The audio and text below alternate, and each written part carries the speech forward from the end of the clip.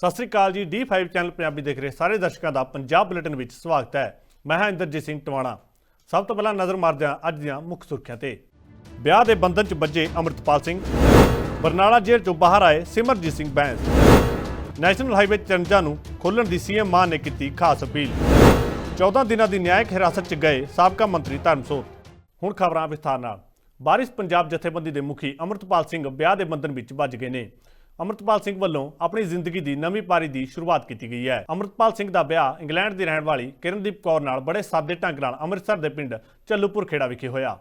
ਖਾਲਿਸਤਾਨੀ ਪੱਖੀ ਅਤੇ ਵਾਰਿਸ ਪੰਜਾਬ ਦੇ ਜਥੇਬੰਦੀ ਦੇ ਮੁਖੀ ਅੰਮ੍ਰਿਤਪਾਲ ਸਿੰਘ ਨੇ ਅੱਜ ਗੁਰੂ ਮਰਿਆਦਾ ਅਨੁਸਾਰ ਇੰਗਲੈਂਡ ਦੀ ਰਹਿਣ ਵਾਲੀ ਕਿਰਨਦੀਪ ਕੌਰ ਨਾਲ ਵਿਆਹ ਰਚਾ ਲਿਆ। ਹਾਸਲ ਹੋਈ ਜਾਣਕਾਰੀ ਤੋਂ ਪਤਾ ਚੱਲਿਆ ਕਿ ਅੰਮ੍ਰਿਤਪਾਲ ਸਿੰਘ ਦਾ ਜਿਸ ਲੜਕੀ ਦੇ ਨਾਲ ਵਿਆਹ ਹੋਇਆ ਉਹ ਇੰਗਲੈਂਡ ਦੇ ਰਹਿਣ ਵਾਲੀ ਪਿਆਰਾ ਸਿੰਘ ਦੀ ਧੀ ਕਿਰਨਦੀਪ ਕੌਰ ਹੈ।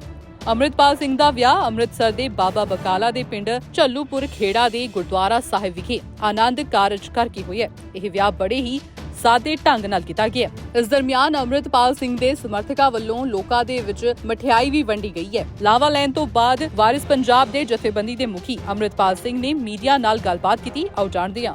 ਉਹਦੇ 'ਚ ਜਿਹੜਾ ਵਿਆਹ ਸ਼ਾਦੀ ਦਾ ਕੋਈ ਵੀ ਸਮਾਗਮ ਹੈ ਉਹ ਇਦਾਂ ਦਾ ਹੋਣਾ ਚਾਹੀਦਾ ਵੀ ਨਾ ਅਗਲਿਆਂ ਤੇ ਕੋਈ ਬੰਧਨ ਬੋਝ ਪਵੇ ਨਾ ਸਾਡੇ ਤੇ ਪਵੇ। ਇੱਕ ਦਿਨ ਦੀ ਇਹ ਖੁਸ਼ੀ ਪਰਿਵਾਰਕ ਹੈ, ਇਹਨੂੰ ਨਿੱਜੀ ਤੌਰ ਤੇ ਮਨਾਉਣਾ ਚਾਹੀਦਾ। ਸਤਿਗੁਰੂ ਸੱਚੇ ਪਾਤਸ਼ਾਹ ਦਾ ਆਸ਼ੀਰਵਾਦ ਲੈ ਕੇ ਜਿਹੜਾ ਇਹ ਜੀਵਨ ਹੈ ਗ੍ਰਸਥ ਜੀਵਨ ਜਿਹੜਾ ਸਤਿਗੁਰੂ ਦਾ ਹੁਕਮ ਹੀ ਹੈ ਉਹਨੂੰ ਸ਼ੁਰੂ ਕਰਨਾ ਚਾਹੀਦਾ। ਸੋ ਸਾਦਗੀ ਸਭ ਤੋਂ ਜ਼ਰੂਰੀ ਹੈ। ਮੈਂ ਬੇਨਤੀ ਵੀ ਕਰਨੀ ਹੈ ਮੀਡੀਆ ਨੂੰ ਵੀ ਕਈ ਵਾਰ ਨਾ ਕੁਝ ਚੀਜ਼ਾਂ ਆਪਾਂ ਪ੍ਰਾਈਵੇਟ ਰੱਖਣਾ ਚਾਹੁੰਦੇ। ਮੈਂ ਪਬਲਿਕ ਦੇ ਵਿੱਚ ਵਿਚਰਦਾ ਪਰ ਮੈਂ ਨਹੀਂ ਚਾਹੁੰਦਾ ਵੀ ਮੇਰਾ ਪਰਿਵਾਰ ਜਿਹੜਾ ਵਾ ਉਹ ਪਬਲਿਕ ਦੇ ਵਿੱਚ ਉਹਨਾਂ ਦਾ ਕੋਈ ਤਸਵੀਰਾਂ ਸਾਹਮਣੇ ਆਉਣ। ਸੋ ਇਹ ਬੇਨਤੀ ਵੀ ਹੈ ਕਿ ਜਿਹੜੀ ਪ੍ਰਾਈਵੇਟ ਲਾਈਫ ਹੈ ਇਹਨੂੰ ਪ੍ਰਾਈਵੇਟ ਰਹਿਣ ਦਿੱਤਾ ਜਾਵੇ। ਇਸ ਕਰਕੇ ਸਾਨੂੰ ਇਹ ਮੁਸ਼ਕਲ ਦੀ ਵਜ੍ਹਾ ਕਰਕੇ ਸਾਨੂੰ ਇਹ ਸ਼ਿਫਟ ਕਰਨਾ ਪਿਆ ਕਿਉਂਕਿ ਉੱਥੇ ਮੀਡੀਆ ਜਿਹੜਾ ਸੀ ਅਸੀਂ ਅਵੋਇਡ ਵੀ ਅਸੀਂ ਕਰ ਸਕਦੇ। ਇਮੀਡੀਏਟਲੀ ਸਾਨੂੰ ਇਹ ਪਲਾਨ ਚੇਂਜ ਕਰਨੇ ਪਏ। ਸੋ ਇਹ ਬੇਨਤੀ ਅੱਗੇ ਤੋਂ ਵੀ ਹੈ ਵੀ ਤੁਸੀਂ ਇਹਨਾਂ ਚੀਜ਼ਾਂ ਦੇ ਉੱਤੇ ਆਪਾਂ ਥੋੜ੍ਹਾ ਜਿਹਾ ਜਿਵੇਂ ਸੈਂਸੇਸ਼ਨ ਦੇ ਰੂਪ ਦੇ ਵਿੱਚ ਫੋਟੋਆਂ ਲਾਉਣੀਆਂ ਹੈ, ਪਹਿਲਾਂ ਕਿਸੇ ਗਲਤ ਕੁੜੀ ਦੀਆਂ ਫੋਟੋਆਂ ਚਲਾਈਆਂ ਗਈਆਂ ਫਿਰ ਦੁਬਾਰਾ ਫਿਰ ਚਲਾਈਆਂ ਜਾ ਰਹੀਆਂ। ਤਾਂ ਮੇਰੀ ਸਾਰਿਆਂ ਨੂੰ ਬੇਨਤੀ ਹੈ ਵੀ ਇੱਦਾਂ ਨਹੀਂ ਕਰਨਾ ਚਾਹੀਦਾ। ਬਿਨਾਂ ਇਜਾਜ਼ਤ ਤੋਂ ਬਿਨਾਂ ਕਿਸੇ ਦੀ ਅਥਾਰਟੀ ਤੋਂ ਇਹ ਕੰਮ ਨਹੀਂ ਕਰਨਾ। ਸਾਲ ਤੋਂ ਮੈਂ ਜਿਹੜਾ ਅਸੀਂ ਆਲਰੇਡੀ ਵਿਆਹ ਦੀ ਗੱਲ ਚੱਲ ਰਹੀ ਸੀ। ਸੋ ਇਸ ਕਰਕੇ ਇਹ ਜਿਹੜਾ ਲੰਬੇ ਸਮੇਂ ਦੀ ਪਲੈਨਿੰਗ ਹੈ ਪਰ ਉਹ ਜਦੋਂ ਮੈਂ ਪਹਿਲਾਂ ਗਿਆ ਵੀ ਕੁਝ ਚੀਜ਼ਾਂ ਨੂੰ ਆਪਾਂ ਨੂੰ ਪਰਸਨਲ ਰੱਖਣਾ ਪੈਂਦਾ। ਦੋ ਪਰਿਵਾਰਾਂ ਦਾ ਦੋ ਜੀਆਂ ਦਾ ਮੇਲ ਹੈ।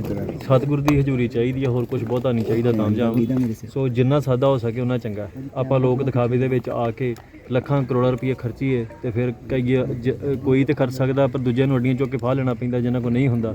ਦਾਜ ਦੇਜ ਇਹੋ ਜਿਹੀ ਜਿਹੜੀ ਸਮੱਸਿਆ ਪੰਜਾਬ ਦੇ ਵਿੱਚ ਮਾੜੀ ਮੋਟੀ ਹੈਗੀ ਹੈ ਇਹਨੂੰ ਖਤਮ ਕਰਨਾ ਚਾਹੀਦਾ। ਵਿਆਹ ਇਦਾਂ ਦੀ ਰਸਮ ਹੋਣੀ ਚਾਹੀਦੀ ਵੀ ਜਿੱਥੇ ਕਿਸੇ ਨੂੰ ਇੱਕ ਦਿਨ ਪਹਿਲਾਂ ਵੀ ਚਿੰਤਾ ਨਾ ਹੋਵੇ। ਇਹ ਆਮ ਰਸਮੀ ਤੌਰ ਤੇ ਜਿਵੇਂ ਕਿਤੇ ਮਹਾਰਾਜ ਦੀ ਅਖੰਡ ਪਾਠ ਸਾਹਿਬ ਰਖਾਇਆ ਹੈ ਇਦਾਂ ਦੀ ਰਸਮ ਹੋਵੇ ਤਾਂ ਜੋ ਕੁੜੀ ਦੇ ਪਰਿਵਾਰ ਨੂੰ ਜਾਂ ਕਿਸੇ ਵੀ ਪਰਿਵਾਰ ਨੂੰ ਇਹ ਚਿੰਤਾ ਨਾ ਹੋਵੇ ਕਿ ਅਸੀਂ ਦੱਸਣਯੋਗ ਹੈ ਕਿ ਕਿਰਨਦੀਪ ਕੌਰ ਜਲੰਧਰ ਦੇ ਪਿੰਡ ਕੁਲਾਰ ਦੀ ਰਹਿਣ ਵਾਲੀ ਹੈ ਅਤੇ ਹੁਣ ਉਹ ਵਿਦੇਸ਼ ਤੋਂ ਪੰਜਾਬ ਆਈ ਹੈ। ਅੱਜ ਗੁਰੂ ਘਰ ਦੇ ਵਿੱਚ ਲਾਵਾਂ ਲੈ ਕੇ ਦੋਵੇਂ ਵਿਆਹ ਦੇ ਬੰਧਨ ਵਿੱਚ ਬੱਝ ਗਏ ਨੇ। ਇੱਥੇ ਦੱਸ ਦਈਏ ਕਿ ਪਹਿਲਾ ਅੰਮ੍ਰਿਤਪਾਲ ਸਿੰਘ ਦਾ ਵਿਆਹ ਜਲੰਧਰ ਦੇ ਫਤਿਹਪੁਰ ਸਥਿਤ ਇਤਿਹਾਸਿਕ ਗੁਰੂ ਘਰ ਵਿਖੇ 6ਵੀਂ ਪਾਤਸ਼ਾਹੀ ਸ੍ਰੀ ਗੁਰੂ ਹਰਗੋਬਿੰਦ ਸਾਹਿਬ ਜੀ ਦੀ ਚਰਨ ਛੋਹ ਪ੍ਰਾਪਤ ਧਾਰਮਿਕ ਅਸਥਾਨ ਵਿਖੇ ਹੋਣਾ ਸੀ। ਪਰ ਹੁਣ ਜੋ ਜਾਣਕਾਰੀ ਸਾਹਮਣੇ ਨਿਕਲ ਕੇ ਆਈ ਹੈ ਉਹ ਇਹ ਹੈ ਕਿ ਅੰਮ੍ਰਿਤਪਾਲ ਸਿੰਘ ਨੇ ਅੰਮ੍ਰਿਤਸਰ ਦੇ ਬਾਬਾ ਬਕਾਲਾ ਦੇ ਪਿੰਡ ਚੱਲੂਪੁਰ ਖੇੜਾ ਦੇ ਗੁਰਦੁਆਰਾ ਸਾਹਿਬ ਵਿੱਚ ਕਿਰਨਦੀਪ ਕੌਰ ਨਾਲ ਲਾਵਾਂ ਲਈਆਂ ਨੇ। ਜਾਣਕਾਰੀ ਮੁਤਾਬਿਕ ਪਰਿਵਾਰ ਦੀ ਅੰਮ੍ਰਿਤਪਾਲ ਸਿੰਘ ਨਾਲ ਪੁਰਾਣੀ ਜਾਣ ਪਛਾਣ ਹੈ। ਫਿਲਹਾਲ ਲੜਕੀ ਦਾ ਪਿਤਾ ਪਿਆਰਾ ਸਿੰਘ ਅਤੇ ਪਰਿਵਾਰ ਇੰਗਲੈਂਡ ਵਿੱਚ ਸੈਟਲ ਨੇ। ਕਿਰਨਦੀਪ ਵਿਆਹ ਸਮਾਗਮ ਲਈ ਇੰਗਲੈਂਡ ਤੋਂ ਪੰਜਾਬ ਆਈ ਹੈ। ਲੋਕ ਇਨਸਾਫ ਪਾਰਟੀ ਦੇ ਮੁਖੀ ਸਿਮਰਜੀਤ ਸਿੰਘ ਬੈਂਸ ਅੱਜ ਬਰਨਾਲਾ ਜੇਲ੍ਹ ਵਿੱਚੋਂ ਬਾਹਰ ਆਏ। ਜੇਲ੍ਹ ਵਿੱਚੋਂ ਬਾਹਰ ਆਉਂਦੇ ਹੀ ਉਹਨਾਂ ਦੇ ਸਮਰਥਕਾਂ ਵੱਲੋਂ ਉਹਨਾਂ ਦਾ ਸਵਾਗਤ ਕੀਤਾ ਗਿਆ, ਜਿਸ ਤੋਂ ਬਾਅਦ ਉਹਨਾਂ ਪੰਜਾਬੀਆਂ ਤੇ ਆਪਣੇ ਸਮਰਥਕਾਂ ਦਾ ਧੰਨਵਾਦ ਕੀਤਾ। ਇਸ ਦੇ ਨਾਲ ਹੀ ਸਿਮਰਜੀਤ ਬੈਂਸ ਵੱਲੋਂ ਹਾਈ ਕੋਰਟ ਦਾ ਵੀ ਧੰਨਵਾਦ ਕੀਤਾ ਗਿਆ। ਲੋਕ ਇਨਸਾਫ ਪਾਰਟੀ ਦੇ ਪ੍ਰਧਾਨ ਅਤੇ ਸਾਬਕਾ ਵਿਧਾਇਕ ਸਿਮਰਜੀਤ ਸਿੰਘ ਬੈਂਸ ਨੂੰ ਜ਼ਬਰ ਜਨਾਹ ਮਾਮਲੇ ਸਮੇਤ ਕਈ ਹੋਰ ਮਾਮਲਿਆਂ ਦੇ ਵਿੱਚ ਅਦਾਲਤ ਤੋਂ ਜ਼ਮਾਨਤ ਮਿਲ ਗਈ ਹੈ, ਜਿਸ ਤੋਂ ਬਾਅਦ ਅੱਜ ਸਾਬਕਾ ਵਿਧਾਇਕ ਬੈਂਸ ਬਰਨਾਲਾ ਜੇਲ੍ਹ 'ਚੋਂ ਬਾਹਰ ਆ ਗਏ ਨੇ। ਦੱਸ ਦਈਏ ਕਿ ਬੈਂਸ ਦੇ ਜੇਲ੍ਹ ਤੋਂ ਰਿਹਾ ਹੋਣ ਦੀ ਖਬਰ ਪਿਛਲੇ ਦਿਨੀ ਸੋਸ਼ਲ ਮੀਡੀਆ ਤੇ ਇੱਕ ਪੋਸਟ ਪਾ ਕੇ ਸਾਂਝੀ ਕੀਤੀ ਗਈ ਸੀ। ਬੈਂਸ ਦੇ ਜੇਲ੍ਹ ਤੋਂ ਬਾਹਰ ਆਉਣ ਤੇ ਉਹਨਾਂ ਦੇ ਸਮਰਥਕਾਂ ਦੇ ਵਿੱਚ ਕਾਫੀ ਜੋਸ਼ ਅਤੇ ਉਤਸ਼ਾਹ ਵੀ ਵੇਖਣ ਨੂੰ ਮਿਲਿਆ। ਇਸ ਦਰਮਿਆਨ ਸਾਬਕਾ ਵਿਧਾਇਕ ਸਿਮਰਜੀਤ ਬੈਂਸ ਦਾ ਫੁੱਲਾਂ ਦੇ ਹਾਰ ਪਾ ਕੇ ਅਤੇ ਫੁੱਲਾਂ ਦੀ ਬਰਸਾਤ ਨਾਲ ਸਵਾਗਤ ਕੀਤਾ ਗਿਆ। ਇਸ ਦੌਰਾਨ ਮੀਡੀਆ ਨਾਲ ਗੱਲਬਾਤ ਕਰਦੇ ਹੋਏ ਬੈਂਸ ਨੇ ਜਿੱਥੇ ਪੰਜਾਬੀਆਂ ਦਾ ਧੰਨਵਾਦ ਕੀਤਾ ਉੱਥੇ ਹੀ ਉਹਨਾਂ ਨੇ ਹਾਈ ਕੋਰਟ ਦਾ ਵੀ ਸ਼ੁਕਰਾਨਾ ਕੀਤਾ। ਨਾਲ ਹੀ ਬੈਂਸ ਨੇ ਕਿਹਾ ਕਿ ਜਿਹੜੇ ਲੋਕ ਮੈਨੂੰ ਧਮਕੀ ਦਿੰਦੇ ਨੇ ਮੈਂ ਉਹਨਾਂ ਤੋਂ ਡਰਨ ਵਾਲਾ ਨਹੀਂ ਆ। ਦੱਸ ਦਈਏ ਕਿ ਜੇਲ੍ਹ ਤੋਂ ਬਾਹਰ ਆਉਣ ਤੋਂ ਕੁਝ ਚੰਦ ਪਹਿਲਾਂ ਹੀ ਸਿਮਰਜੀਤ ਬੈਂਸ ਨੂੰ ਧਮਕੀ ਮਿਲੀ ਸੀ, ਜਿਸ ਦਾ ਜਵਾਬ ਬੈਂਸ ਨੇ ਜੇਲ੍ਹ ਤੋਂ ਬਾਹਰ ਆ ਕੇ ਦੇ ਦਿੱਤਾ ਹੈ। ਮੈਂ ਸਭ ਤੋਂ ਪਹਿਲਾਂ ਪੰਜਾਬੀਆਂ ਦੀਆਂ ਦੁਆਵਾਂ ਦਾ ਧੰਨਵਾਦ ਕਰਦਾ। ਗੁਰੂ ਸਾਹਿਬ ਦਾ ਦਿਲ ਦੀਆਂ ਗਹਿਰਾਈਆਂ 'ਚੋਂ ਦੋਨੋਂ ਹੱਥ ਜੋੜ ਕੇ ਧੰਨਵਾਦ। ਤੇ ਸਭ ਤੋਂ ਵੱਡਾ ਜਿਹਦੇ 'ਚ ਮੇਰਾ ਵਿਸ਼ਵਾਸ ਹੈ, ਜਿਹੜਾ ਮੇਰੇ ਲਈ ਦੇਵਤਾ, ਜਿਹੜਾ ਮੇਰੇ ਲਈ ਨਿਆਂ ਦਾ ਮੰਦਰ ਹੈ, ਉਹ ਮਾਨਯੋਗ ਹਾਈ ਕੋਰਟ ਜਿਹਨੇ ਜ਼ਮਾਨਤ ਦੇਣ ਲੱਗਿਆ ਸੱਚਾਈ ਨੂੰ ਦੇਖ ਕੇ ਟਿੱਪਣੀਆਂ ਕੀਤੀਆਂ ਨੇ, ਉਹਨਾਂ ਟਿੱਪਣੀਆਂ ਦੀ ਬਦੌਲਤ ਅੱਜ ਸੰਗਤ ਦਾ ਉਤਸ਼ਾਹ। ਮੈਂ ਤੁਹਾਡੇ ਜ਼ਰੀਏ ਇਹ ਗੱਲ ਕਹਿ ਦੇਣੀ ਚਾਹੁੰਦਾ ਕਿ ਮੇਰੇ ਉੱਤੇ 26 ਮੁਕੱਦਮੇ, ਜਿਨ੍ਹਾਂ ਦੇ ਵਿੱਚੋਂ 16 ਦੀ ਹੁਣ ਵੇਲ ਹੋਈ ਹੈ, ਤੇ ਹੁਣ ਆਖਰੀ ਹੱਥਕੰਡਾ ਧਮਕੀ ਮੰਨੂ ਸਾਡੀ ਦਾਤਰੀ, ਅਸੀਂ ਮੰਨੂ ਦੇ ਸੋਏ, ਜਿਉਂ ਮੰਨੂ ਵੜਦਾ ਅਸੀਂ ਦੂਰ ਸਵਾਏ ਹੋਏ। ਮੈਂ ਡਰਨ ਵਾਲਾ ਨਹੀਂ। ਮੇਰਾ ਆਖਰੀ ਸਵਾਸ ਪੰਜਾਬੀਆਂ ਦੀ ਸੇਵਾ ਦੇ ਵਿੱਚ, ਕਰਪਸ਼ਨ ਖਤਮ ਕਰਨ ਦੇ ਵਿੱਚ, ਅਨਿਆਂ ਕਰਨ ਵਾਲੇ ਲੋਕਾਂ ਦੇ ਵਿਰੁੱਧ ਪੰਜਾਬੀਆਂ ਨੂੰ ਨਾਲ ਲੈ ਕੇ ਸੰਘਰਸ਼ ਕਰਨ ਦਾ ਆਖਰੀ ਸਵਾਸ ਤੱਕ ਵਾਅਦਾ। ਦੱਸਣਯੋਗ ਹੈ ਕਿ 10 ਜੁਲਾਈ 2021 ਨੂੰ ਥਾਣਾ ਡਿਵੀਜ਼ਨ ਨੰਬਰ 6 ਦੇ ਵਿੱਚ ਮਹਿਲਾ ਨੇ ਸਾਬਕਾ ਵਿਧਾਇਕ ਅਤੇ ਉਸਦੇ ਸਾਥੀਆਂ ਤੇ ਬਲਾਤਕਾਰ ਦਾ ਦੋਸ਼ ਲਗਾਉਂਦੇ ਹੋਏ ਮਾਮਲਾ ਦਰਜ ਕਰਵਾਇਆ ਸੀ, ਜਿਸ ਤੋਂ ਬਾਅਦ ਬੈਂਸ ਖਿਲਾਫ ਵੱਖ-ਵੱਖ ਧਾਰਾਵਾਂ ਤਹਿਤ ਮਾਮਲਾ ਦਰਜ ਕੀਤਾ ਗਿਆ ਸੀ। ਲੁਧਿਆਣਾ ਜੇਲ੍ਹ ਦੇ ਵਿੱਚ ਬੈਂਸ ਨੂੰ ਖਤਰਾ ਹੋਣ ਕਾਰਨ ਉਹਨਾਂ ਨੂੰ ਬਰਨਾਲਾ ਜੇਲ੍ਹ ਦੇ ਵਿੱਚ ਸ਼ਿਫਟ ਕਰ ਦਿੱਤਾ ਗਿਆ ਸੀ। ਸਿਆਸੀ ਹਲਕਿਆਂ ਵਿੱਚ ਇਹ ਵੀ ਚਰਚਾ ਚੱਲ ਰਹੀ ਹੈ ਕਿ ਜੇਲ੍ਹ ਤੋਂ ਬਾਹਰ ਆ ਕੇ ਸਿਮਰਜੀਤ ਸਿੰਘ ਬੈਂਸ ਭਾਜਪਾ ਦੇ ਵਿੱਚ ਸ਼ਾਮਲ ਹੋ ਸਕਦੇ ਨੇ। ਹੁਣ ਇਹ ਤਾਂ ਆਉਣ ਵਾਲਾ ਸਮਾਂ ਹੀ ਦੱਸੇਗਾ ਕਿ ਬੈਂਸ ਕਿਸੇ ਸਿਆਸੀ ਪਾਰਟੀ ਦੇ ਵਿੱਚ ਸ਼ਾਮਲ ਹੁੰਦੇ ਨੇ ਜਾਂ ਫਿਰ ਆਪਣੀ ਪਾਰਟੀ ਲੋਕ ਇਨਸਾਫ ਪਾਰਟੀ ਨੂੰ ਮਜ਼ਬੂਤ ਕਰਨ ਦੇ ਲਈ ਕੋਈ ਕਦਮ ਚੁੱਕਦੇ ਹੈ। ਪੰਜਾਬ ਦੇ ਮੁੱਖ ਮੰਤਰੀ ਭਗਵੰਤ ਮਾਨ ਵੱਲੋਂ ਬਾਈਬਲ ਕਲਾਂ ਇਨਸਾਫ ਮੋਰਚੇ ਨੂੰ ਇੱਕ ਅਪੀਲ ਕੀਤੀ ਗਈ ਹੈ। ਉਹਨਾਂ ਆਪਣੀ ਅਪੀਲ ਵਿੱਚ ਕਿਹਾ ਹੈ ਕਿ ਬਾਈਬਲ ਕਲਾਂ ਇਨਸਾਫ ਮੋਰਚੇ ਵੱਲੋਂ ਰੋਕੇ ਗਏ ਨੈਸ਼ਨਲ ਹਾਈਵੇ 53 ਨੂੰ ਖੋਲ੍ਹ ਦਿੱਤਾ ਜਾਵੇ। ਉਹਨਾਂ ਕਿਹਾ ਕਿ ਇਸ ਨਾਲ ਲੋਕਾਂ ਨੂੰ ਤੰਗੀ ਆ ਰਹੀ ਹੈ। ਬੇਅਦਬੀ ਅਤੇ ਗੋਲੀकांड ਮਾਮਲੇ ਦੇ ਵਿੱਚ ਇਨਸਾਫ ਲੈਣ ਦੇ ਲਈ ਚੱਲ ਰਹੀ ਬਾਈਬਲ ਇਨਸਾਫ ਮੋਰਚੇ ਨੂੰ ਕਰੀਬ 1 ਸਾਲ ਤੋਂ ਵੱਧ ਦਾ ਸਮਾਂ ਹੋ ਗਿਆ ਹੈ। ਸਰਕਾਰ ਵੱਲੋਂ ਵਾਰ-ਵਾਰ ਭਰੋਸਾ ਤਾਂ ਦਿੱਤਾ ਜਾਂਦਾ ਹੈ, ਪਰ ਇਸ ਦੇ ਬਾਵਜੂਦ ਕੋਈ ਵੀ ਸਖਤ ਕਾਰਵਾਈ ਮੁਲਜ਼ਮਾਂ ਦੇ ਖਿਲਾਫ ਨਹੀਂ ਕੀਤੀ ਜਾ ਰਹੀ। ਪਿਛਲੀਆਂ ਸਰਕਾਰਾਂ ਦੇ ਵੱਲੋਂ ਵੀ ਮੋਰਚੇ ਦੇ ਆਗੂਆਂ ਨਾਲ ਇਹ ਵਾਅਦਾ ਕੀਤਾ ਗਿਆ ਸੀ ਕਿ ਉਹ ਬੇਅਦਬੀ ਅਤੇ ਗੋਲੀकांड ਮਾਮਲੇ ਦੇ ਦੋਸ਼ੀਆਂ ਨੂੰ ਸਜ਼ਾ ਦਿਵਾਉਣਗੇ, ਪਰ ਅਜਿਹਾ ਨਹੀਂ ਹੋਇਆ। ਇਸ ਵਾਰ ਵੀ ਸੱਤਾ ਵਿੱਚ ਆਈ ਆਮ ਆਦਮੀ ਪਾਰਟੀ ਦੀ ਸਰਕਾਰ ਨੇ ਸਿੱਖ ਸੰਗਤ ਨਾਲ ਵਾਅਦਾ ਕੀਤਾ ਸੀ ਕਿ ਉਹ ਬੇਅਦਬੀ ਅਤੇ ਗੋਲੀकांड ਦੇ ਦੋਸ਼ੀਆਂ ਨੂੰ ਸਖਤ ਸਜ਼ਾ ਦਿਵਾਉਣਗੇ ਅਤੇ ਉਹਨਾਂ ਨੂੰ ਸਲਾਖਾ ਪਿੱਛੇ ਭੇਜਣਗੇ। ਇੱਥੋਂ ਤੱਕ ਕਿ ਪੰਜਾਬ ਦੇ ਵਿਧਾਨ ਸਭਾ ਸਪੀਕਰ ਕੁਲਤਾਰ ਸਿੰਘ ਸੰਧਵਾ ਨੇ ਖੁਦ ਮੋਰਚੇ ਦੇ ਵਿੱਚ ਆ ਕੇ ਮੋਰਚੇ ਦੇ ਆਗੂਆਂ ਨਾਲ ਵਾਅਦਾ ਕੀਤਾ ਸੀ ਕਿ ਉਹਨਾਂ ਨੂੰ 1 ਮਹੀਨੇ ਦਾ ਸਮਾਂ ਦਿੱਤਾ ਜਾਵੇ, ਉਹ ਦੋਸ਼ੀਆਂ ਖਿਲਾਫ ਜ਼ਰੂਰ ਸਖਤ ਕਾਰਵਾਈ ਕਰਨਗੇ। ਪਰ 1 ਮਹੀਨਾ ਬੀਤ ਜਾਣ ਦੇ ਬਾਵਜੂਦ ਵੀ ਸਰਕਾਰ ਵੱਲੋਂ ਕੋਈ ਕਾਰਵਾਈ ਨਹੀਂ ਕੀਤੀ ਗਈ। ਇੱਥੋਂ ਤੱਕ ਕਿ ਮੋਰਚੇ ਦੀ ਸਿੱਖ ਸੰਗਤ ਵੱਲੋਂ 31 ਜਨਵਰੀ ਤੱਕ ਪੰਜਾਬ ਸਰਕਾਰ ਨੂੰ ਅਲਟੀਮੇਟਮ ਦਿੱਤਾ ਗਿਆ ਸੀ ਕਿ ਦੋਸ਼ੀਆਂ ਦਾ ਚਿਹਰਾ ਨੰਗਾ ਕੀਤਾ ਜਾਵੇ, ਪਰ ਸਰਕਾਰ ਨੇ ਸਿੱਖ ਸੰਗਤ ਦੇ ਇਸ ਅਲਟੀਮੇਟਮ ਨੂੰ ਅਣਗੌਲਿਆ ਕੀਤਾ, ਜਿਸ ਤੋਂ ਬਾਅਦ ਬਾਈਬਲ ਇਨਸਾਫ ਮੋਰਚੇ ਦੇ ਵੱਲੋਂ ਲੰਘੀ 5 ਫਰਵਰੀ ਨੂੰ ਬਠਿੰਡਾ ਅੰਮ੍ਰਿਤਸਰ ਨੈਸ਼ਨਲ ਹਾਈਵੇ 54 ਦੋਵਾਂ ਪਾਸਿਆਂ ਤੋਂ ਜਾਮ ਕਰ ਦਿੱਤਾ ਗਿਆ, ਜਿਸ ਕਾਰਨ ਰਾਹਗੀਰਾਂ ਨੂੰ ਅਨੇਕਾਂ ਮੁਸ਼ਕਲਾਂ ਦਾ ਸਾਹਮਣਾ ਕਰਨਾ ਪੈ ਰਿਹਾ ਹੈ। ਅਤੇ ਹੁਣ ਪੰਜਾਬ ਦੇ ਮੁੱਖ ਮੰਤਰੀ ਭਗਵੰਤ ਮਾਨ ਨੇ ਖੁਦ ਇੱਕ ਟਵੀਟ ਕਰਕੇ ਮੋਰਚੇ ਦੇ ਆਗੂਆਂ ਨੂੰ ਨੈਸ਼ਨਲ ਹਾਈਵੇ ਦਾ ਜਾਮ ਖੋਲਣ ਦੀ ਅਪੀਲ ਕੀਤੀ। ਸੀਐਮ ਮਾਨ ਨੇ ਟਵੀਟ ਕਰਦਿਆਂ ਕਿਹਾ, ਪੰਜਾਬ ਸਰਕਾਰ ਕੋਟਕਪੁਰਾ ਅਤੇ ਬਾਈਬਲ ਕਲਾਂ ਬੇਅਦਬੀ ਮਾਮਲਿਆਂ ਦੇ ਵਿੱਚ ਇਨਸਾਫ ਦਿਵਾਉਣ ਲਈ ਪੂਰੀ ਵਚਨਬੱਧ ਹੈ। ਮੈਂ ਸੰਗਤ ਨੂੰ ਅਪੀਲ ਕਰਦਾ ਹਾਂ ਕਿ ਬਾਈਬਲ ਕਲਾਂ ਵਿਖੇ ਨੈਸ਼ਨਲ ਹਾਈਵੇ ਦਾ ਜਾਮ ਖੋਲ ਦਿੱਤਾ ਜਾਵੇ ਤਾਂ ਜੋ ਲੋਕਾਂ ਨੂੰ ਪਰੇਸ਼ਾਨੀ ਨਾ ਹੋਵੇ। ਦੋਸ਼ੀਆਂ ਨੂੰ ਸਜ਼ਾ ਦਿਵਾ ਕੇ ਜਲਦੀ ਨਿਆਂ ਦੇਣਾ ਸਰਕਾਰ ਦਾ ਫਰਜ਼ ਅਤੇ ਜ਼ਿੰਮੇਵਾਰੀ ਹੈ। ਨਾਲ ਹੀ ਤੁਹਾਨੂੰ ਦੱਸ ਦਈਏ ਕਿ ਜਾਮ ਕਾਰਨ ਲੋਕਾਂ ਨੂੰ ਆ ਰਹੀਆਂ ਅਨੇਕਾਂ ਪਰੇਸ਼ਾਨੀਆਂ ਤੋਂ ਨਿਜਾਤ ਦਿਵਾਉਣ ਦੇ ਲਈ ਬੀਤੇ ਕੱਲ ਮੋਰਚੇ ਦੇ ਵਿੱਚ ਫਰੀਦਕੋਟ ਦੇ ਐਸਐਸਪੀ ਰਾਜਪਾਲ ਸਿੰਘ ਅਤੇ ਡੀਸੀ ਰੂਹੀ ਦੁੱਗ ਵੱਲੋਂ ਵੀ ਸ਼ਿਰਕਤ ਕੀਤੀ ਗਈ ਸੀ। ਇਸ ਦੌਰਾਨ ਉਹਨਾਂ ਨੇ ਮੋਰਚੇ ਦੇ ਆਗੂਆਂ ਨਾਲ ਜਾਮ ਕਾਰਨ ਰਾਹਗੀਰਾਂ ਨੂੰ ਆ ਰਹੀਆਂ ਪਰੇਸ਼ਾਨੀਆਂ ਬਾਰੇ ਗੱਲਬਾਤ ਕੀਤੀ ਸੀ, ਪਰ ਮੋਰਚੇ ਦੇ ਆਗੂ ਆਪਣੇ ਫੈਸਲੇ ਤੇ ਬਰਕਰਾਰ ਸੀ। ਹੁਣ ਵੇਖਣਾ ਹੋਵੇਗਾ ਕਿ ਪੰਜਾਬ ਦੇ ਮੁੱਖ ਮੰਤਰੀ ਭਗਵੰਤ ਮਾਨ ਵੱਲੋਂ ਬਾਈਬਲ ਇਨਸਾਫ ਮੋਰਚੇ ਦੇ ਆਗੂਆਂ ਨੂੰ ਕੀਤੀ ਗਈ ਅਪੀਲ ਕਿ ਸਿੱਖ ਸੰਗਤ ਮੰਨਦੀ ਹੈ ਜਾਂ ਫਿਰ ਨਹੀਂ। ਬਾਈਬਲ ਕਲਾਂ ਇਨਸਾਫ ਮੋਰਚਾ ਲਾਈ ਬੈਠੇ ਸੁਖਰਾਜ ਸਿੰਘ ਵੱਲੋਂ ਮੁੱਖ ਮੰਤਰੀ ਦੀ ਅਪੀਲ ਦਾ ਜਵਾਬ ਦਿੱਤਾ ਗਿਆ ਹੈ। ਉਹਨਾਂ ਵੱਲੋਂ ਨੈਸ਼ਨਲ ਹਾਈਵੇ 53 ਨੂੰ ਜਾਮ ਕੀਤਾ ਗਿਆ ਹੈ, ਜਿਸ ਤੋਂ ਬਾਅਦ ਮੁੱਖ ਮੰਤਰੀ ਵੱਲੋਂ ਉਹਨਾਂ ਨੂੰ ਨੈਸ਼ਨਲ ਹਾਈਵੇ 53 ਨੂੰ ਖੋਲ੍ਹਣ ਦੀ ਅਪੀਲ ਕੀਤੀ ਗਈ ਸੀ, ਜਿਸ ਤੋਂ ਬਾਅਦ ਉਹਨਾਂ ਨੇ ਸੰਗਤ ਨੂੰ ਵਧਾਈ ਦਿੱਤੀ ਹੈ ਕਿ ਮੁੱਖ ਮੰਤਰੀ ਦਾ ਧਿਆਨ ਇਸ ਵੱਲ ਵੀ ਆਇਆ ਹੈ। ਨਾਲ ਹੀ ਉਹਨਾਂ ਕਿਹਾ ਹੈ ਕਿ ਉਹ ਇਸ ਬਾਰੇ ਵਿਚਾਰ ਕਰਨਗੇ। ਪੰਜਾਬ ਸਰਕਾਰ ਨੂੰ ਦਿੱਤੇ ਅਲਟੀਮੇਟਮ ਦੇ ਖਤਮ ਹੋਣ ਤੋਂ ਬਾਅਦ ਬੇਅਦਬੀ ਇਨਸਾਫ ਮੋਰਚੇ ਦੇ ਵੱਲੋਂ ਲੰਘੀ 5 ਫਰਵਰੀ ਨੂੰ ਬਠਿੰਡਾ ਅੰਮ੍ਰਿਤਸਰ ਨੈਸ਼ਨਲ ਹਾਈਵੇ 54 ਦੋਵਾਂ ਪਾਸਿਆਂ ਤੋਂ ਜਾਮ ਕਰ ਦਿੱਤਾ ਗਿਆ ਸੀ, ਜਿਸ ਕਾਰਨ ਆਮ ਲੋਕਾਂ ਨੂੰ ਕਈ ਪਰੇਸ਼ਾਨੀਆਂ ਦਾ ਸਾਹਮਣਾ ਕਰਨਾ ਪੈ ਰਿਹਾ ਹੈ। ਇਸ ਦੇ ਦਰਮਿਆਨ ਮੁੱਖ ਮੰਤਰੀ ਭਗਵੰਤ ਮਾਨ ਦੇ ਵੱਲੋਂ ਇੱਕ ਟਵੀਟ ਕਰਕੇ ਮੋਰਚੇ ਦੇ ਆਗੂਆਂ ਨੂੰ ਜਾਮ ਖੋਲ੍ਹਣ ਦੀ ਅਪੀਲ ਕੀਤੀ ਗਈ, ਜਿਸ ਤੇ ਹੁਣ ਬੇਅਦਬੀ ਇਨਸਾਫ ਮੋਰਚੇ ਦੇ ਮੁਖੀ ਸੁਖਰਾਜ ਸਿੰਘ ਦਾ ਬਿਆਨ ਸਾਹਮਣੇ ਆ ਚੁੱਕਾ ਹੈ। ਉਹਨਾਂ ਕਿਹਾ ਕਿ ਮੋਰਚੇ ਦੇ ਆਗੂਆਂ ਨਾਲ ਗੱਲਬਾਤ ਕਰਕੇ ਮੀਟਿੰਗ ਕਰਕੇ ਕੋਈ ਫੈਸਲਾ ਲਿਆ ਜਾਵੇਗਾ। ਦੇਖੋ ਜੀ, ਇਹ ਤਾਂ ਅਸੀਂ ਪਹਿਲਾਂ ਵੀ ਕਹਿੰਦੇ ਆ ਕਿ ਮੁੱਖ ਮੰਤਰੀ ਹੈ ਜਿਹੜਾ ਮਤਲਬ ਪਿਛਲੇ 10-11 ਮਹੀਨਿਆਂ ਤੋਂ ਪੰਜਾਬ ਦੇ ਲੋਕਾਂ ਨੇ ਸੁੱਤਾ ਪਿਆ ਜਗਾ ਲਿਆ, ਤਾਂ ਲੋਕ ਇਸ ਗੱਲ ਦੇ ਵਧਾਈ ਦੇ ਪਾਤਰ ਕਹਾਂਗਾ। ਕਿ ਜਿਹੜਾ ਉਹਦਾ ਇਸ ਮਸਲੇ ਤੇ ਧਿਆਨ ਵੀ ਆਇਆ ਕਿ ਲੋਕ ਕਿਸੇ ਨਾ ਕਿਸੇ ਮਸਲੇ ਨੂੰ ਲੈ ਕੇ ਪਰੇਸ਼ਾਨ ਚੱਲ ਰਹੇ ਨੇ। ਤਾਂ ਇਹ ਮੈਂ ਇੱਥੋਂ ਦੇ ਜਿਹੜੇ ਲੋਕ ਜਿਨ੍ਹਾਂ ਨੇ ਪ੍ਰੋਟੈਸਟ ਕੀਤਾ, ਸ਼ਾਂਤਮਈ ਪ੍ਰੋਟੈਸਟ ਪਿਛਲੇ 422-23 ਦਿਨ ਤੋਂ ਚੱਲ ਰਿਹਾ, ਤਾਂ ਉਹਨਾਂ ਨੂੰ ਮੈਂ ਸ਼ਲਾਘਾਯੋਗ ਤੇ ਉਹਨਾਂ ਨੂੰ ਵਧਾਈ ਦੇ ਪਾਤਰ ਸਮਝਾਂਗਾ ਕਿ ਉਹਨਾਂ ਦੀਆਂ ਇਹ ਸੇਵਾਵਾਂ ਸਦਕਾ, ਉਹਨਾਂ ਦੇ ਰੋਡ ਜਾਮ ਕੀਤੇ ਸਦਕਾ ਹੀ ਇੱਥੋਂ ਦੇ ਪੰਜਾਬ ਦੇ ਇੱਕ ਚੀਫ ਮਿਨਿਸਟਰ ਨੂੰ ਬੋਲਣਾ ਪਿਆ ਇਸ ਮੁੱਦੇ ਦੇ ਉੱਤੇ। ਤਾਂ ਇਸ ਤੇ ਜਿਹੜਾ ਅਗਲਾ ਉਹਨਾਂ ਨੇ ਕਿਹਾ ਉੱਤੇ ਵਿਚਾਰ ਕੀਤੀ ਜਾਊਗੀ। ਜਿਵੇਂ ਸੰਗਤ ਜਿਹੜੀ ਪਹਿਲੇ ਦਿਨ ਤੋਂ ਨਾਲ ਚੱਲ ਰਹੀ ਆ, ਉਹਨਾਂ ਦੇ ਸਹਿਯੋਗ ਨਾਲ ਹੀ ਰੋਡ ਬੰਦ ਰਿਹਾ, ਤੇ ਉੱਤੇ ਵਿਚਾਰ ਕੀਤੀ ਜਾਊਗੀ ਅੱਗੇ ਕੀ ਕਰਨਾ। ਕੋਈ ਜਾਣਕਾਰੀ ਮਿਲੀ ਹੈ, ਕੋਈ ਸਰਕਾਰ ਦਾ ਨੁਮਾਇੰਦਾ ਵੀ ਤੁਹਾਡੇ ਨਾਲ ਕੋਈ ਗੱਲਬਾਤ ਕਰਨ ਵਾਸਤੇ ਆ ਰਿਹਾ, ਕੋਈ ਦੇਖੋ ਤੁਹਾਨੂੰ ਉਹ ਤਾਂ ਇਨਫੋਰਮੇਸ਼ਨ ਦਿੱਤੀ ਹੈ? ਉਹ ਤਾਂ ਜਿਹੜਾ ਮਰਜ਼ੀ, ਅਸੀਂ ਪਹਿਲੇ ਦਿਨ ਤੋਂ ਕਹੇ ਕਿ ਅਸੀਂ ਇਹ ਥੋੜੀ ਕਿਹਾ ਕਿ ਸਰਕਾਰ ਇਸ ਮਸਲੇ ਦਾ ਹੱਲ ਨਾ ਕਰੇ। ਇਸ ਤਾਂ ਕਿਹਾ ਸਰਕਾਰ ਇਸ ਮਸਲੇ ਦਾ ਜਲਦੀ ਤੋਂ ਜਲਦੀ ਹੱਲ ਕਰੇ, ਤਾਂ ਗੱਲਬਾਤ ਦੇ ਨਾਲ ਹੀ ਹੱਲ ਨਿਕਲਣਾ।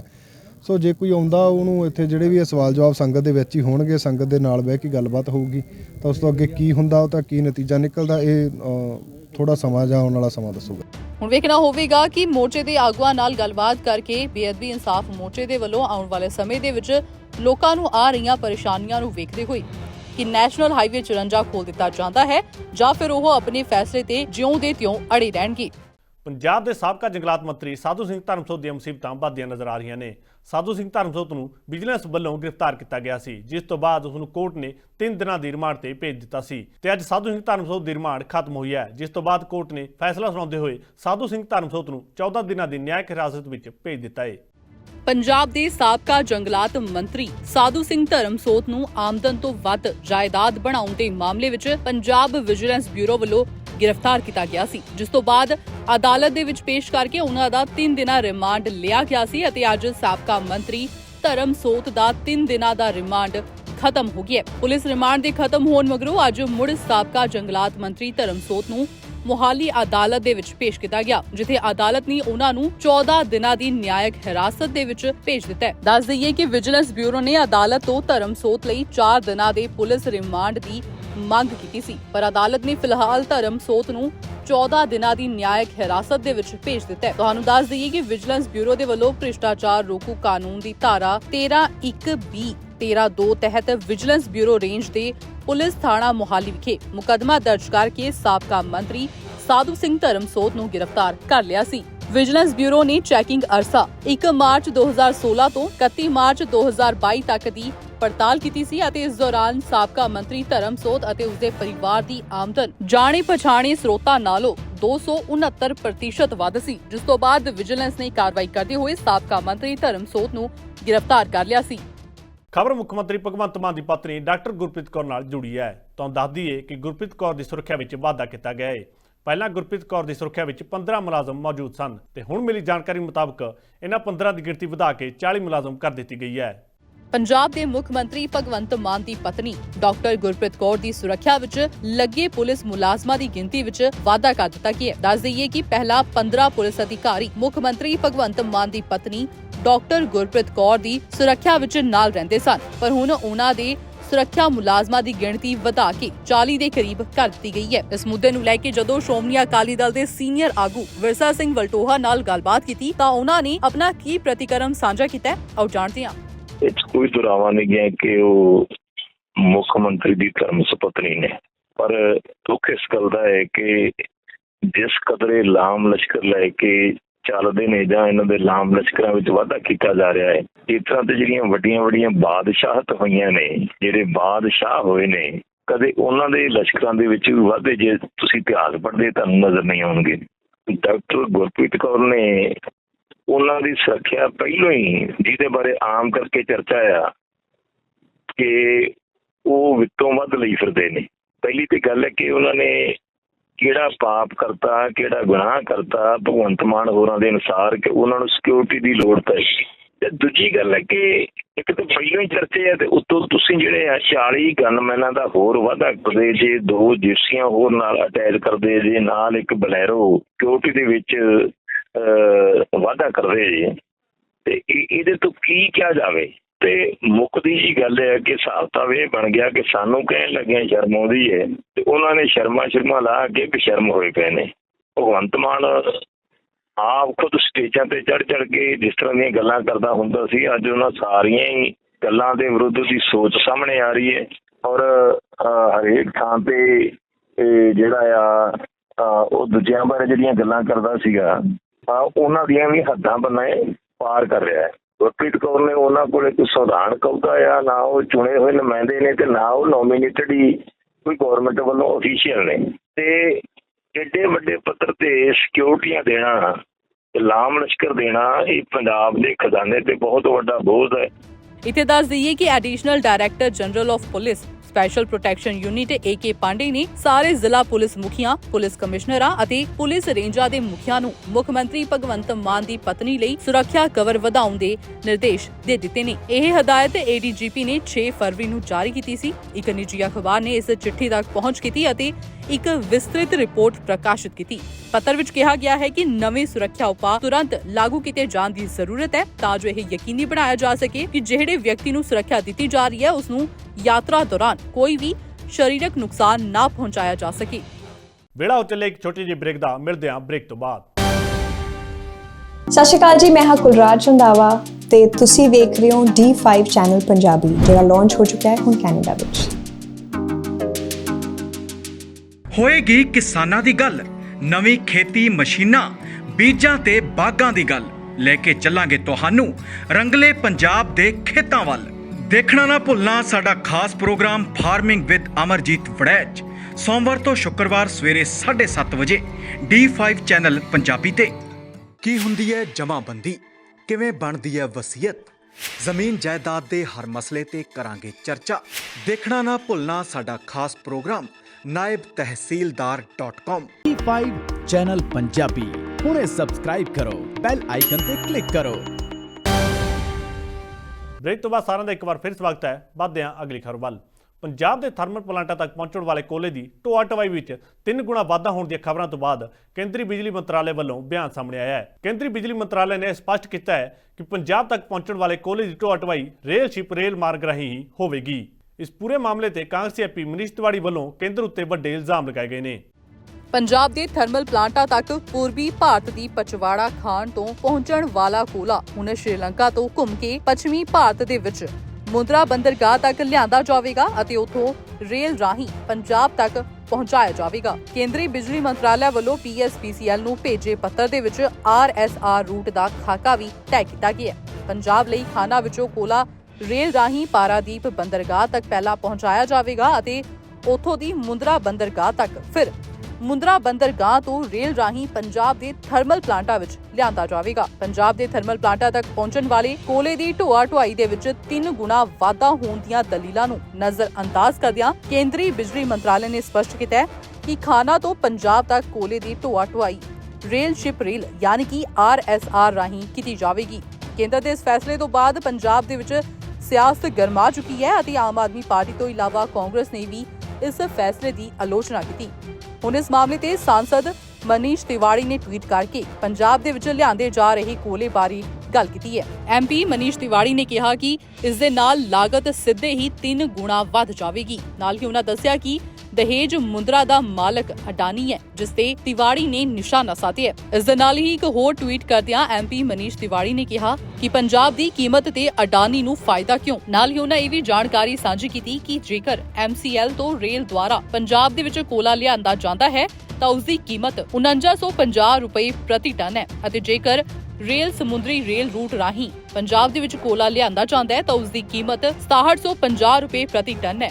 ਨਾਲ ਹੀ ਉਹਨਾਂ ਇਹ ਵੀ ਸਵਾਲ ਖੜਾ ਕੀਤਾ ਹੈ ਕਿ ਪੰਜਾਬ ਦੇ ਵਿੱਚ ਇੱਕ ਬਿਜਲੀ ਖਪਤਕਾਰ ਨੂੰ 1.40 ਰੁਪਏ ਪ੍ਰਤੀ ਯੂਨਿਟ ਬਿਜਲੀ ਦਾ ਭੁਗਤਾਨ ਕਿਉਂ ਕਰਨਾ ਚਾਹੀਦਾ ਹੈ ਅਤੇ ਸੂਬਾ ਅਡਾਨੀ ਦੀ ਮਲਕੀਅਤ ਵਾਲੇ ਦਹੇਜ ਅਤੇ ਮੁੰਦਰਾ ਦੀਆਂ ਬੰਦਰਗਾਹਾਂ ਰਾਹੀਂ ਕੋਲੇ ਦੀ ਡਿਲੀਵਰੀ ਲਈ 20 ਤੋਂ 25 ਦਿਨ ਉਡੀਕ ਕਰੇਗਾ, ਜਦਕਿ ਰੇਲ ਰਾਹੀਂ MCL ਤੋਂ ਸਿੱਧਾ ਕੋਲਾ ਸਿਰਫ 4 ਤੋਂ 5 ਦਿਨਾਂ ਦੇ ਵਿੱਚ ਪੰਜਾਬ ਦੇ ਵਿੱਚ ਪਹੁੰਚ ਜਾਵੇਗਾ। ਬਠਿੰਡਾ ਤੋਂ ਲੋਕ ਸਭਾ ਮੈਂਬਰ ਹਰਸਿਮਰਤ ਕੌਰ ਬਾਦਲ ਵੱਲੋਂ ਪੰਜਾਬ ਨੂੰ ਚੰਡੀਗੜ੍ਹ ਦੇਣ ਦੀ ਗੱਲ ਆਖੀ ਗਈ। ਇਸ ਦੇ ਨਾਲ ਹੀ ਉਹਨਾਂ ਮੁੱਖ ਮੰਤਰੀ ਭਗਵੰਤ ਮਾਨ ਨੂੰ ਬੇਈਮਾਨ ਵੀ ਆਖ ਦਿੱਤਾ। ਹਰਸਿਮਰਤ ਕੌਰ ਬਾਦਲ ਵੱਲੋਂ ਬਜਟ 2023 ਵਿੱਚ ਪੰਜਾਬ ਤੇ ਕਿਸਾਨਾਂ ਲਈ ਕੁਝ ਨਾ ਹੋਣ ਤੇ ਇਸ ਦੀ ਨਿੰਦਾ ਕੀਤੀ ਹੈ। ਸਾਡੀ ਰਾਜਧਾਨੀ ਚੰਡੀਗੜ੍ਹ ਸਾਨੂੰ ਵਾਪਸ ਦਿੱਤੀ ਜਾਵੇ, ਇਹ ਕਹਿਣਾ ਹੈ ਸ਼੍ਰੋਮਣੀ ਅਕਾਲੀ ਦਲ ਦੇ ਸੀਨੀਅਰ ਆਗੂ ਹਰਸਿਮਰਤ ਕੌਰ ਬਾਦਲ ਦਾ, ਜਿਨ੍ਹਾਂ ਨੇ ਸੰਸਦ ਦੇ ਵਿੱਚ ਚੰਡੀਗੜ੍ਹ ਨੂੰ ਤੁਰੰਤ ਪੰਜਾਬ ਦੇ ਹਵਾਲੇ ਕਰਨ ਦੀ ਮੰਗ ਕੀਤੀ। फिर हमारी राजधानी चंडीगढ़ हमें वापस दीजिए, हर एक राज्य की राजधानी है जहां से सबसे ज्यादा फंड आते हैं. Chandigarh was Please promised to conclude. us. Why is the center taking the taxes? Give our राजधानी back to us. And secondly, sir, हमारे बॉर्डर के एरिया के लिए टैक्स फ्री स्टेटस दीजिए उन डिस्ट्रिक्ट्स के लिए, क्योंकि वहां पे अनएम्प्लॉयमेंट बहुत ज्यादा है. इंडस्ट्री को टैक्स फ्री करिए ताकि इंडस्ट्री बॉर्डर डिस्ट्रिक्ट्स में आए और लोगों को रोजगार मिले. ਨਾਲ ਹੀ ਇਸ ਮੌਕੇ ਸੀਨੀਅਰ ਆਗੂ ਹਰਸਿਮਰਤ ਕੌਰ ਬਾਦਲ ਨੇ ਕੇਂਦਰ ਸਰਕਾਰ ਤੇ ਨਿਸ਼ਾਨੇ ਸਾਧਿਆਂ ਹੀ ਗੱਲ ਆਖੀ ਹੈ ਕਿ ਵਿੱਤ ਮੰਤਰੀ ਨਿਰਮਲਾ ਸੀਤਾਰਮਨ ਵੱਲੋਂ ਪੇਸ਼ ਕੀਤੇ ਗਏ ਬਜਟ ਦੇ ਵਿੱਚ ਕਿਸਾਨਾਂ ਲਈ ਕੋਈ ਵੀ ਐਲਾਨ ਨਹੀਂ ਕੀਤਾ ਗਿਆ ਅਤੇ ਨਾ ਹੀ ਐਮਐਸਪੀ ਨੂੰ ਲੈ ਕੇ ਕੋਈ ਗਾਰੰਟੀ ਦਿੱਤੀ ਗਈ ਹੈ. ਜਿਹੜਾ ਇਸ ਬਜਟ ਨੇ ਨਾ ਮਹਿੰਗਾਈ ਦੇ ਉੱਤੇ ਕੋਈ ਚਰਚਾ ਕੀਤੀ, ਨਾ ਬੇਰੋਜ਼ਗਾਰੀ ਦੇ ਉੱਤੇ ਕੀਤੀ, ਤੇ ਸਭ ਤੋਂ ਵੱਡਾ ਧੋਖਾ ਤੇ ਕਿਸਾਨਾਂ ਦੇ ਨਾਲ ਕੀਤਾ. ਇਹ ਕਿਸਾਨ ਜਿਹੜੇ ਇੱਥੇ 1.5 ਸਾਲ ਬੈਠੇ ਰਹੇ, 800 ਸ਼ਹੀਦ ਹੋ ਗਏ, ਉਹਨਾਂ ਨੂੰ ਕਿਹਾ ਅੰਦੋਲਨ ਚੱਕ ਲਓ, ਤੁਹਾਡੀ ਐਮਐਸਪੀ ਨੂੰ ਗਾਰੰਟੀ ਦਿੱਤੀ ਜਾਊਗੀ. ਲੇਕਿਨ 1.5 ਸਾਲ ਬਾਅਦ ਬਜਟ 'ਚ ਐਮਐਸਪੀ ਨੂੰ ਗਾਰੰਟੀ ਕਰਨ ਦਾ ਇੱਕ ਸ਼ਬਦ ਹੀ ਨਹੀਂ ਸੀਗਾ. ਹੋਰ ਤਾਂ ਹੋਰ ਸਾਬਕਾ ਕੇਂਦਰੀ ਮੰਤਰੀ ਬੀਬਾ ਬਾਦਲ ਨੇ ਸੰਸਦ ਦੇ ਵਿੱਚ ਭਾਸ਼ਣ ਦੌਰਾਨ ਪੰਜਾਬ ਦੇ ਮੁੱਖ ਮੰਤਰੀ ਭਗਵੰਤ ਮਾਨ ਨੂੰ ਬੇਈਮਾਨ ਆਖ ਦਿੱਤਾ ਹੈ. ਸਾਡੇ ਪੰਜਾਬ 'ਚ ਵੱਡੀ ਸਮੱਸਿਆ ਸਾਡੇ ਕਿਸਾਨਾਂ ਦੀ. ਇੱਕ ਪਾਸੇ ਅੰਦੋਲਨ ਕਰਕੇ ਸਾਡੇ ਨਾਲ ਧੋਖਾ, ਸਾਡੀ ਐਮਐਸਪੀ ਲਾਗੂ ਨਹੀਂ ਕੀਤੀ ਗਈ. ਹਰ ਪੱਖੋਂ ਪੰਜਾਬ ਦੇ ਬਾਰੇ ਇਸ ਪੂਰੇ ਬਜਟ 'ਚ ਇੱਕ ਨਾਂ ਤੱਕ ਨਹੀਂ ਸੀਗਾ ਜਿਹੜਾ ਸੂਬਾ ਸਭ ਤੋਂ ਵੱਧ ਅੰਨ ਦਿੰਦਾ ਹੈ, ਇਸ ਦੇਸ਼ ਦਾ ਢਿੱਡ ਭਰਨ ਵਾਸਤੇ ਫੂਡ ਸਿਕਿਉਰਿਟੀ ਇੰਸ਼ੋਰ ਕਰਦਾ ਹੈ, ਪਿਛਲੇ 60 ਸਾਲਾਂ ਤੋਂ ਇੰਸ਼ੋਰ ਕਰਦੇ ਆਇਆ ਹੈ. ਅੱਜ ਉਸ ਦੇਸ਼ ਦੇ ਉਸ ਸੂਬੇ ਦੇ ਕਿਸਾਨਾਂ ਕਰਕੇ ਸਾਡਾ ਪਾਣੀ ਦਾ ਲੈਵਲ ਇੰਨਾ ਨੀਵਾ ਚਲਾ ਗਿਆ ਹੈ ਕਿ ਇਹ ਜਿਹੜੀ ਗਰਾਊਂਡ ਵਾਟਰ ਰਿਪੋਰਟ ਕਹਿੰਦੀ ਆ ਅਗਲੇ 6 ਸਾਲਾਂ ਵਿੱਚ ਪਾਣੀ ਦਾ ਪਹਿਲਾ ਲੈਵਲ ਇੰਨਾ ਘਟ ਜਾਊਗਾ ਕਿ ਪਹਿਲੇ 100 ਮੀਟਰ ਤੱਕ ਕੋਈ ਪਾਣੀ ਨਹੀਂ ਰਹੂਗਾ ਤੇ 17 ਸਾਲਾਂ ਵਿੱਚ पंजाब बंजर हो जाएगा, साडा पानी खत्म हो जाएगा. और ये जो खास पार्टी पंजाब में राज कर रही है, मैं उनको प्रचार पार्टी कहती हूँ. उनका सीएम भगवंत बेईमान जो बड़े बातें करके बड़ी गारंटियां करके आपको हैरानी होगी कि कांग्रेस ने 1 लाख करोड़ का कर्जा 5 साल में चढ़ा दिया और भगवंत बेईमान ने 1 साल में 40,000 करोड़ रुपए चढ़ा दिए. ਦੱਸਣਯੋਗ ਹੈ ਕਿ ਦਿੱਲੀ ਦੀਆਂ ਬਰੂਹਾਂ ਤੇ ਕਰੀਬ 1 ਸਾਲ ਤੋਂ ਵੱਧ ਸਮਾਂ ਚੱਲੇ ਕਿਸਾਨੀ ਅੰਦੋਲਨ ਨੂੰ ਖਤਮ ਕਰਨ ਲਈ ਕੇਂਦਰ ਦੀ ਮੋਦੀ ਸਰਕਾਰ ਨੇ ਕਿਸਾਨਾਂ ਨੂੰ ਭਰੋਸਾ ਦਿਵਾਇਆ ਸੀ ਕਿ ਉਹਨਾਂ ਨੂੰ ਐਮਐਸਪੀ ਦੀ ਗਾਰੰਟੀ ਦਿੱਤੀ ਜਾਵੇਗੀ, ਪਰ ਹਾਲੇ ਤੱਕ ਸਰਕਾਰ ਦੇ ਵੱਲੋਂ ਇਸ ਮਾਮਲੇ ਦੇ ਵਿੱਚ ਕੋਈ ਵੀ ਫੈਸਲਾ ਨਹੀਂ ਲਿਆ ਗਿਆ. ਲੋਕ ਸਭਾ ਵਿੱਚ ਚੱਲ ਰਹੇ ਸੈਸ਼ਨ ਦੌਰਾਨ ਵਿਰੋਧੀ ਆਗੂ ਵੱਲੋਂ ਕੇਂਦਰ ਸਰਕਾਰ ਨੂੰ ਨਿਸ਼ਾਨਾ ਬਣਾਇਆ ਜਾ ਰਿਹਾ ਹੈ, ਜਿਸ ਦਰਮਿਆਨ ਕਾਂਗਰਸੀ ਆਗੂ ਗੁਰਜੀਤ ਸਿੰਘ ਔਜਲਾ ਵੱਲੋਂ ਬੰਦੀ ਸਿੰਘਾਂ ਦੀ ਰਿਹਾਈ ਦਾ ਮੁੱਦਾ ਚੁੱਕਿਆ ਗਿਆ. ਇਸ ਦੇ ਨਾਲ ਹੀ ਉਹਨਾਂ ਰਾਮ ਰਹੀਮ ਦੀ ਪੈਰੋਲ ਦਾ ਵਿਰੋਧ ਵੀ ਕੀਤਾ. ਲੋਕ ਸਭਾ ਦੇ ਵਿੱਚ ਚੱਲ ਰਹੀ ਸੈਸ਼ਨ ਦੌਰਾਨ ਵਿਰੋਧੀ ਪਾਰਟੀਆਂ ਦੇ ਆਗੂਆਂ ਵੱਲੋਂ ਲਗਾਤਾਰ ਕੇਂਦਰ ਦੀ ਮੋਦੀ ਸਰਕਾਰ ਨੂੰ ਵੱਖ-ਵੱਖ ਮੁੱਦਿਆਂ ਤੇ ਘੇਰਿਆ ਜਾ ਰਿਹਾ ਹੈ. ਇਸੇ ਦਰਮਿਆਨ ਕਾਂਗਰਸ ਦੇ ਅੰਮ੍ਰਿਤਸਰ ਤੋਂ ਲੋਕ ਸਭਾ ਮੈਂਬਰ ਗੁਰਜੀਤ ਸਿੰਘ ਔਜਲਾ ਨੇ ਕੇਂਦਰ ਦੀ ਮੋਦੀ ਸਰਕਾਰ ਨੂੰ अग्निवीर योजना ਨੂੰ ਲੈ ਕੇ कई सारे सवाल खड़े किए. अमृत पीढ़ी का एक नाम दिया गया उनको कि अमृत पीढ़ी, आगे अमृत पीढ़ी शुरू हो गई. अमृत पीढ़ी जिसमें बेरोजगारी की दर जो है वो बताई गई है 18-19 और 20-21 का. 18-19 में 5% 8% थी और 20-21 में 4.2% थी. लेकिन जो CMI centre monitoring of India है उसके मुताबिक 21-22 की जो बेरोजगारी दर है 7.1% है और ये मान के चलिए कि ये सबसे ज़्यादा नौजवान बेरोजगार है. अब देश का नौजवान सुबह से लेकर दोपहर तक वर्जिश करता था, एक उसका ध्यान था कि आर्मी में भर्ती हो जाएंगे, अब वो भी प्राइवेट हो रही है, अग्निवीर बन रहे हैं. अब अग्निवीर को शिक्षित कर आप, हम अंडर डेवलप्ड कंट्री हैं, हम डेवलप्ड कंट्री नहीं है. जब वो हमारे समाज में आएंगे तो बहुत कुरीतियां हैं हमारे समाज में, हम लोग सब नीचे से आते हैं. तो मैं रिक्वेस्ट करना चाहता हूं कि इसके साथ साथ जो नौजवान वर्ग है उसको सही तरीके का आईना दिखाइए कि ये इस देश की स्थिति है. आप पेंट चाहे जितना मर्जी कर ले, लेकिन जो नींव कमजोर होगी तो वो ऊपर अच्छा मकान नहीं बन सकता, ये हमारा मानना है. ਨਾਲ ਹੀ ਇਸ ਮੌਕੇ ਸੰਸਦ ਮੈਂਬਰ ਗੁਰਜੀਤ ਸਿੰਘ ਔਜਲਾ ਨੇ ਬੰਦੀ ਸਿੰਘਾਂ ਦੀ ਰਿਹਾਈ ਅਤੇ ਰਾਮ ਰਹੀਮ ਨੂੰ ਵਾਰ-ਵਾਰ ਮਿਲ ਰਹੀ ਪੈਰੋਲ ਨੂੰ ਲੈ ਕੇ ਵੀ केंद्र सरकार ਨੂੰ आड़े हथी लिया. जो लोग सजा पूरी कर चुके संविधान के तहत, अब ये तो मानेंगे ना कि उनको तो छोड़ना होगा, लेकिन उनको अब नहीं छोड़ रहे. Sir Davinder Singh Bhullar sir please, उसकी सेहत खराब है, ऐसे लोगों को तो छोड़िए सर. उसके अलावा काम क्या हो रहा है? बाबा राम रहीम को छोड़ा जा रहा है सर. वो लोग जिसके ऊपर रेप के अंदर बंद. सर प्लीज सर टाइम दीजिए सर, जरूरी है सर. 5.5 घंटे के बाद पहला स्पीकर है सर, टाइम दीजिए. सर उसको छोड़ा जा रहा है सर, उससे हमारे माहौल खराब हो रहे हैं, इनके लोग जाकर उनको नतमस्तक हो रहे हैं. हैरान करने वाली गल तां यह है कि जिथे कांग्रेस के कुछ आगू ਬੰਦੀ ਸਿੰਘਾਂ ਦੇ ਖਿਲਾਫ ਖੜੇ ਹੁੰਦੇ ਵਿਖਾਈ ਦਿੰਦੇ ਨੇ, ਉੱਥੇ ਹੀ ਹੁਣ ਕਾਂਗਰਸ ਦੇ ਹੀ MP ਗੁਰਜੀਤ ਸਿੰਘ ਔਜਲਾ ਦੇ ਵੱਲੋਂ ਲੋਕ ਸਭਾ ਦੇ ਵਿੱਚ ਬੰਦੀ ਸਿੰਘਾਂ ਦੀ ਰਿਹਾਈ ਦਾ ਮੁੱਦਾ ਚੁੱਕਿਆ ਗਿਆ ਅਤੇ ਰਾਮ ਰਹੀਮ ਨੂੰ ਵਾਰ-ਵਾਰ ਮਿਲ ਰਹੀ ਪੈਰੋਲ ਨੂੰ ਲੈ ਕੇ ਕੇਂਦਰ ਸਰਕਾਰ ਤੇ ਕਈ ਸਵਾਲ ਚੁੱਕੇ ਗਏ ਨੇ। ਪੰਜਾਬ ਸਰਕਾਰ ਵੱਲੋਂ ਪੈਟਰੋਲ ਡੀਜ਼ਲ ਤੇ 90 ਪੈਸੇ ਸੈਸ ਲਗਾਏ ਜਾਣ ਦਾ ਵਿਰੋਧ ਕੀਤਾ ਜਾ ਰਿਹਾ ਹੈ। ਵਿਰੋਧੀ ਆਗੂ ਵੱਲੋਂ ਪੰਜਾਬ ਸਰਕਾਰ ਤੇ ਨਿਸ਼ਾਨੇ ਸਾਧੇ ਜਾ ਰਹੇ ਨੇ, ਜਿਸ ਦੇ ਚੱਲਦੇ ਸ਼੍ਰੋਮਣੀ ਅਕਾਲੀ ਦਲ ਵੱਲੋਂ ਲੁਧਿਆਣਾ ਵਿਖੇ ਡੀਸੀ ਦੇ ਦਫ਼ਤਰ ਬਾਹਰ ਧਰਨਾ ਪ੍ਰਦਰਸ਼ਨ ਕੀਤਾ ਗਿਆ। ਇਸ ਦੌਰਾਨ ਉਹਨਾਂ ਕੇਜਰੀਵਾਲ ਤੇ ਭਗਵੰਤ ਮਾਨ ਦੇ ਪੁਤਲੇ ਵੀ ਫੂਕੇ। ਹਾਲ ਹੀ ਵਿੱਚ ਹੋਈ ਕੈਬਨਿਟ ਮੀਟਿੰਗ ਦੇ ਵਿੱਚ ਪੰਜਾਬ ਸਰਕਾਰ ਦੇ ਵੱਲੋਂ ਪੈਟਰੋਲ ਅਤੇ ਡੀਜ਼ਲ ਤੇ 90 ਪੈਸੇ ਪ੍ਰਤੀ ਲੀਟਰ ਸੈਸ ਲਗਾਉਣ ਦਾ ਫੈਸਲਾ ਲਿਆ ਗਿਆ ਸੀ, ਜਿਸ ਦਾ ਵਿਰੋਧੀ ਪਾਰਟੀਆਂ ਦੇ ਨਾਲ-ਨਾਲ ਆਮ ਲੋਕਾਂ ਵੱਲੋਂ ਵੀ ਵਿਰੋਧ ਕੀਤਾ ਗਿਆ। ਇਸ ਦੌਰਾਨ ਯੂਥ ਅਕਾਲੀ ਦਲ ਨੇ ਲੁਧਿਆਣਾ ਦੇ ਡਿਪਟੀ ਕਮਿਸ਼ਨਰ ਦਫ਼ਤਰ ਦੇ ਬਾਹਰ ਪੰਜਾਬ ਦੇ ਮੁੱਖ ਮੰਤਰੀ ਭਗਵੰਤ ਮਾਨ, ਪੰਜਾਬ ਸਰਕਾਰ ਅਤੇ ਆਪ ਸੁਪਰੀਮੋ ਅਰਵਿੰਦ ਕੇਜਰੀਵਾਲ ਦਾ ਪੁਤਲਾ ਫੂਕ ਕੇ ਰੋਸ ਮੁਜ਼ਾਹਰਾ ਕੀਤਾ।